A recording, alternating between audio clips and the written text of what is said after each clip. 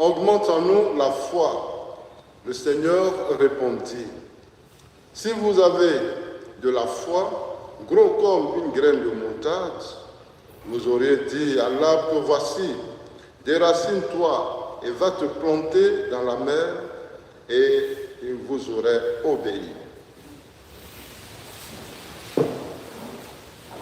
Acclamons la parole de Dieu. Louange à toi, Seigneur.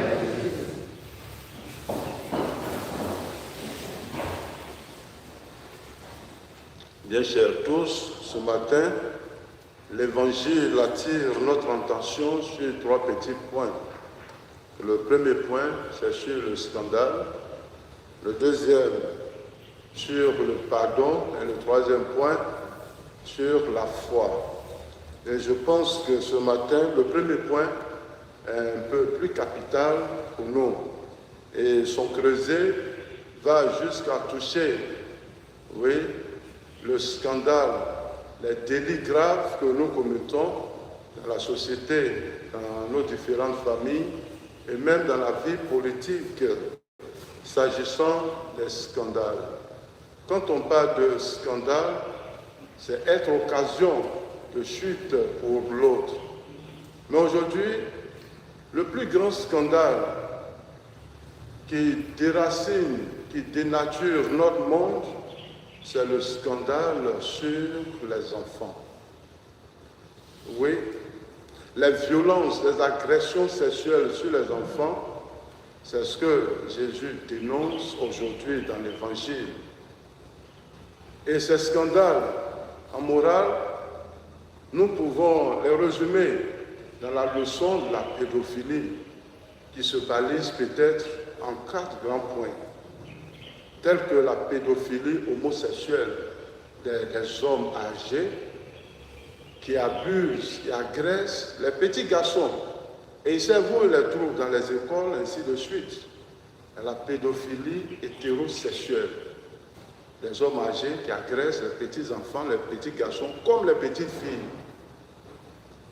C'est anormal, c'est une dépravation, c'est plus qu'un vice. Et il y a la pédophilie aussi incestuelle, plutôt incestueuse. L'inceste, c'est un père qui soit avec sa petite fille, prépubère. Ça existe dans notre monde, mais on cache. Puisque ça fait honte, on demande pardon pour ne pas que ça sorte. On agresse et on agresse. Le dernier cas en Côte d'Ivoire ici, c'est dans la ville d'Adiaké. Et cette pauvre fille, qu'est-ce qu'elle devient? Aujourd'hui, c'est un silence total sur cette dernière. Et c'est ce que notre monde connaît aujourd'hui. Entraîner un enfant à devenir sorcier, c'est un scandale. Entraîner un enfant à devenir pécheur ou malfaiteur, c'est un scandale. C'est un danger pour notre famille, pour notre communauté aujourd'hui. Et le Christ nous demande de ne pas être occasion de chute pour nos frères. C'est une leçon qui est noble, c'est une leçon de morale. Et quand on ne nous a pas encore attrapés, on est fort comme un voleur. Le jour qu'on t'attrape, tu deviens un cas de scandale.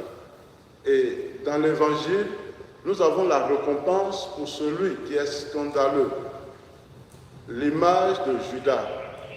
Après avoir commis son scandale, son délit grave, lui-même, il est allé se mettre une corde où?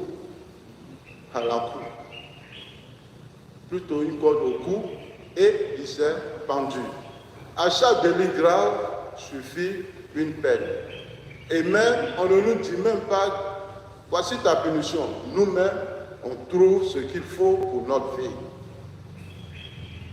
La deuxième leçon, c'est sur le pardon. Mais je pense que sur le pardon, le plus grand commentaire que nous pouvons avoir, c'est de cultiver chaque jour la fraternité. Pour celui qui a cette culture en lui, il n'aura pas de problème avec le pardon. Mais celui qui n'a pas cette culture, tous les jours, il sera frustré. Tous les jours, sa mâchoire sera tendue, comme un pain goudiot.